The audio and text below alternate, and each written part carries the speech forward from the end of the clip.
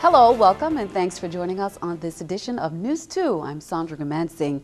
Employees and visitors of the St. Croix Legislature had to be evacuated on Wednesday after a staff member received calls about a bomb threat. Police were called in, but no devices were found. News 2's Erica Parsons has that story. Around 9 Wednesday morning, the Senate staff were evacuated from the legislature because of a bomb threat called into the receptionist. At about 8:55 yesterday morning, I received a call from our switchboard operator, and she indicated to me that she had just received a call at the switchboard from a male indicating that he had planted a bomb at the building and he was going to blow the building up and everybody in the building. McNamara immediately alerted the Senate security and had them call the police. After that, they followed the emergency operations plan. In a matter of minutes, the entire legislative complex was evacuated, and that's thanks in part to an evacuation plan put in place by the Senate for situations just like this one. We actually evacuated the building. Within 2 minutes, we had everyone out of the building as part of our plan. We had them sent to the designated areas that we have pre-identified for such instances, and we waited for VIPD to arrive on the scene. VIPD responded in full force, first with several officers and then the full tactical unit, including 2 bomb-sniffing dogs. We did a perimeter check of the circumference of the building. Nothing was found. Then we proceeded to the interior of the buildings and we checked every area from the bottom floor up to the top floor. There are several other government agencies housed in that complex, and they also cleared out. Police gave the all-clear minutes to 10 for staff to return to work. Legislative officials say they're working with Innovative now to try to trace where that call came from. If not, to put measures in place that we could have in the future going forward, measures of actually tracking these calls. We also had the assistance of the Alcohol, Tobacco and Firearms Agency, that they came and they visit us here, and they are actively looking at this matter because it is a serious threat when you disrupt government services or any service with such a threat in these days of heightened security. Erica Parsons, News 2.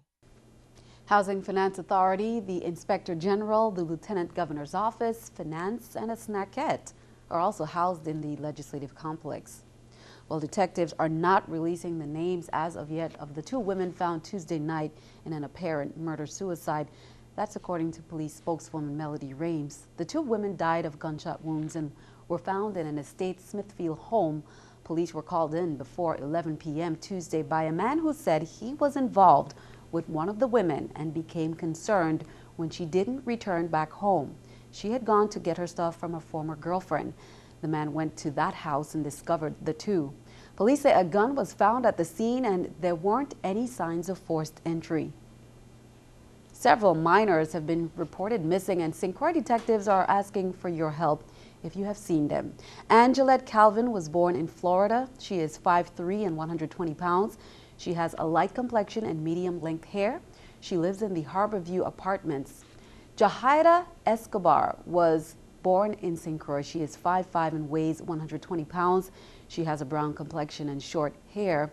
Meanwhile, police are still looking for Tarika Alexander, who left the girls' group home on May 15th and did not return. Tarika Alexander is 6 foot tall and 190 pounds. It is believed the young ladies may have altered hairstyles with weaves, wigs, or extensions.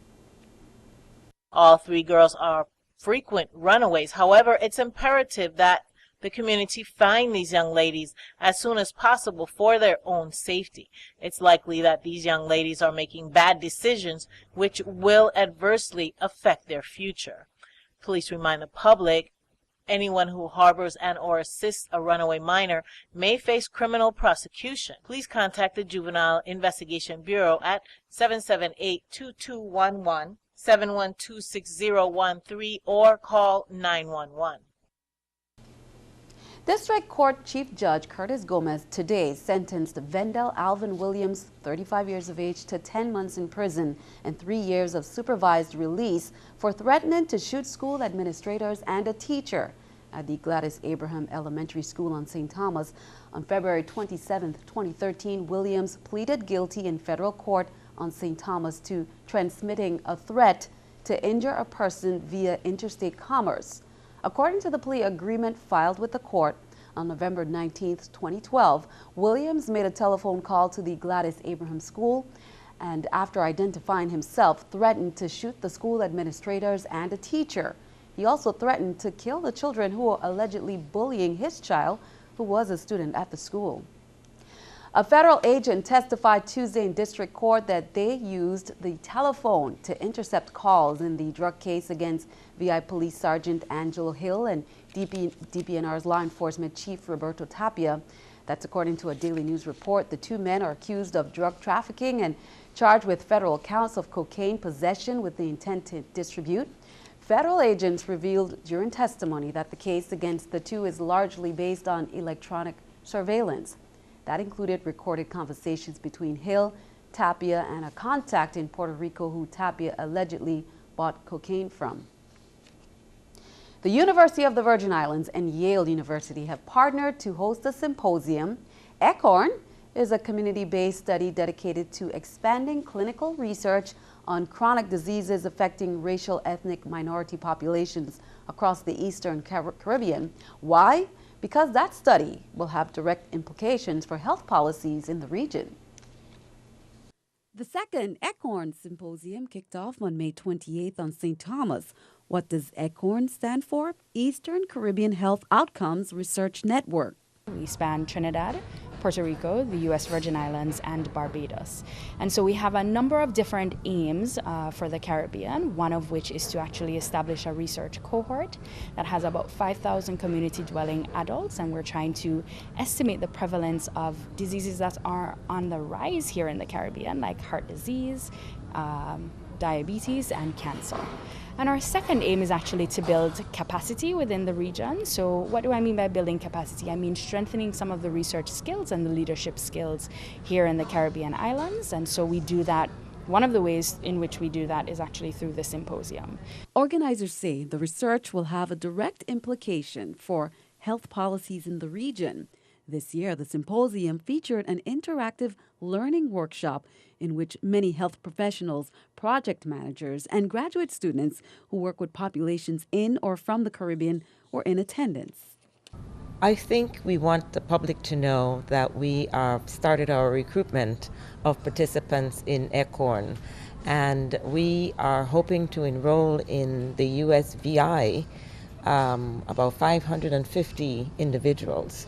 So the cohort, which will be about 5,500 for the entire Eastern Caribbean involving the 4 sites, we have started our recruiting. So if you hear your telephone ring and you answer it and someone says, "I am from ECHORN," we would like you to listen to us as we are trying to determine your eligibility to participate, and hoping that you will join us in being part of this research endeavor.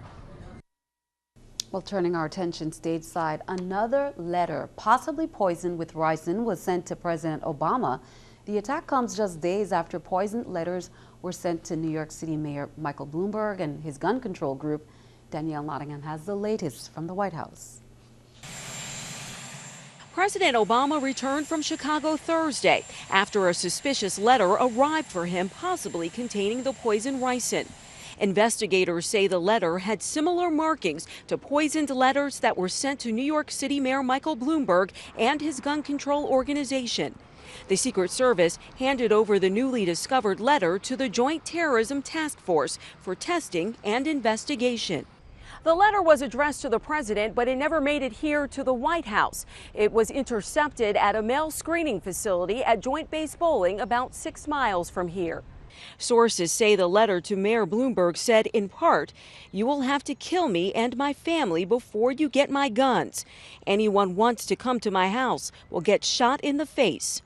The letters were postmarked on May 20th from Shreveport, Louisiana, with no return address. They each contained a pink-orange oily substance that tested positive for the poison ricin. There's different ways of producing it, and I don't want to speculate as to what this way was, but it was a gooey substance. President Obama, a U.S. senator, and 2 judges have all been targeted with ricin letters in the last month. Investigators are not saying if the latest letters are linked to those attacks.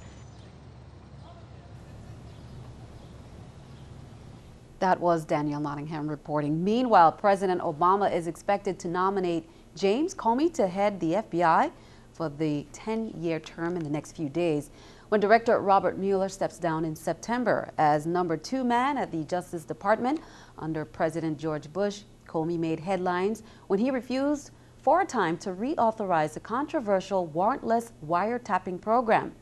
But the top Republican on the Senate committee that will review this White House pick says Comey will face questions about his work in the financial industry. He was general counsel for Bridgewater Associates, a Connecticut-based hedge fund. The Obama administration has been probing Wall Street for its role in the 2008 financial meltdown. Keeping our eye on the economy, the U.S. economy grew less than expected last quarter.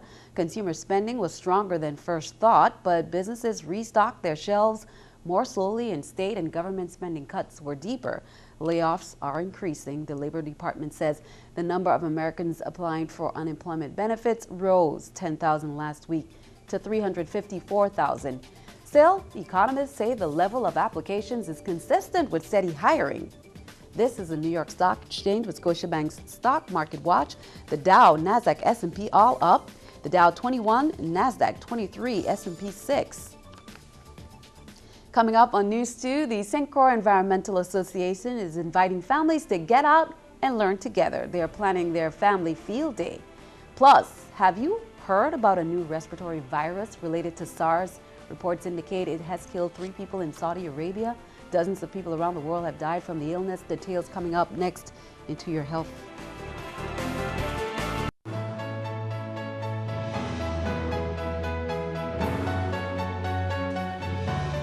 Innovative customers in the Oswald Harris Court on St. Thomas experienced an interruption of telephone, cable TV, and high-speed internet service that began Thursday morning. Innovative officials say the outage was a result of outside plant damage caused by bullets that were discharged early today, Thursday. Innovative technicians were immediately dispatched to repair the damage done to the coaxial cable, and all services were fully restored by 2:45 p.m. For cable TV or phone repairs, Innovative customers calling from landlines should dial 912. Customers using wireless phones can reach repair centers at 778-1742. Innovative apologizes for any inconvenience. Meanwhile, Innovative, the parent company of CBS TV2, appeared on WTJX's Face to Face with Addie Otley on Wednesday evening. Innovative officials gave an update on many products and upgrades, including the Evo product. Basically, what the product is, we go in, we put a brand new piece of equipment into the home that services all 3 of the products if you have those in your home. So telephone, cable, and your internet. And it enables us through the HFC network. Evo is the brand name, as Seth mentioned. It enables us to deliver higher speeds than we've been able to deliver in the past. And so now we deliver faster speeds than anybody else in the territory. So we have multiple speed packages available starting at $49, and you can go all the way up to 10 megs. We have business products that are available that are now meaningful to the small and medium-sized businesses. And then it also enables us to look at the large businesses, so the government, you know, different companies that have moved on to the island, and it enables us to deliver the big broadband pipes that they need to run their businesses.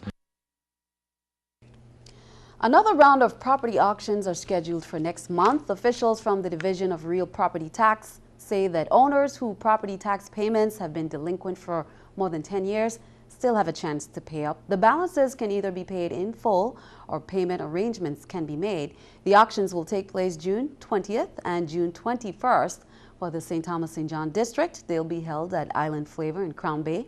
The St. Croix auctions will be held June 26th and 27th at the Cardiac Center. The auctions begin at 9 a.m. Service above self. Who exemplifies that motto? The surprise is out. On Wednesday, Rotary 2 named their Person of the Year, Patricia Gruber of the Peter and Patricia Gruber Foundation. Gruber was presented with the statuette of Don Quixote, the club's symbol. The Peter and Patricia Gruber Foundation is a U.S. philanthropic foundation established in 1993 and based in the U.S. Virgin Islands with offices in New York City. Since 2000, it has presented annual prizes through a series of international awards. The foundation has endowed 5 full scholarships at Antilles School and the establishment of the Laws of Life contest for secondary school to the Peter Gruber International Academy at Montessori School. And just a quick update with our Virgin Islands Spelling Bee champion, Manav Tadani from Antilles School, made it past 2 preliminary rounds in the 86th annual Scripps National Spelling Bee in Washington, D.C. Manav's mother, Asha Tadami, who traveled with him to Washington, said while other students let their nerves get the better of them, Manav kept his composure. The scores were very close and even came down to the written test scores, which he scored a 19 out of 30. Unfortunately, Manav did not win, but his friends, family, and teachers are very proud of him. The St. Croix Environmental Association is inviting families to get out and learn together. Saturday on St. Croix, their Family Field Day is an opportunity for parents with children of all ages to engage in 3 hands-on, inquiry-based activities to investigate the wetlands and beach habitats. Presenters from local environmental agencies will lead each activity. The fun starts at 9:30 and goes until 11:45 a.m. The Family Field Day will be held at the Southgate Coastal Reserve. You can contact the St. Croix Environmental for more information. Well, into your health. A new respiratory virus related to SARS has killed 3 more people in Saudi Arabia. Dozens of people around the world have died from the illness. CBS's Tina Krause has the latest from London. The 3 latest victims of the new SARS-like respiratory virus died in a hospital in Saudi Arabia's capital. Health ministers say they ranged in age from 24 to 60 and had been hospitalized for a month with chronic diseases including kidney failure. At least 30 people worldwide have died from the infection called MERS for Middle East Respiratory Syndrome. Dozens more have become sick. Officials from the Centers for Disease Control in Atlanta say so far there have been no reports of MERS infecting anyone in the U.S. But experts from the World Health Organization say the virus is a threat to the entire globe. We understand too little about this virus. World health authorities say the first cases of the new virus were found in the Middle East early last year. It belongs to the same family as SARS and has killed about half the people who became ill. It causes flu-like symptoms, so cough, severe fever. Experts say it seems likely the new virus can be passed between people, but only after close and continued contact. They believe it may have originated in bats or camels. The majority of cases have come from Middle Eastern countries, but the virus has spread to Britain, Germany, and France, too. A man died at a hospital in northern France earlier this week after traveling to Dubai. Tina Krause, CBS News. Stick around, your News 2 AccuWeather forecast is coming up next.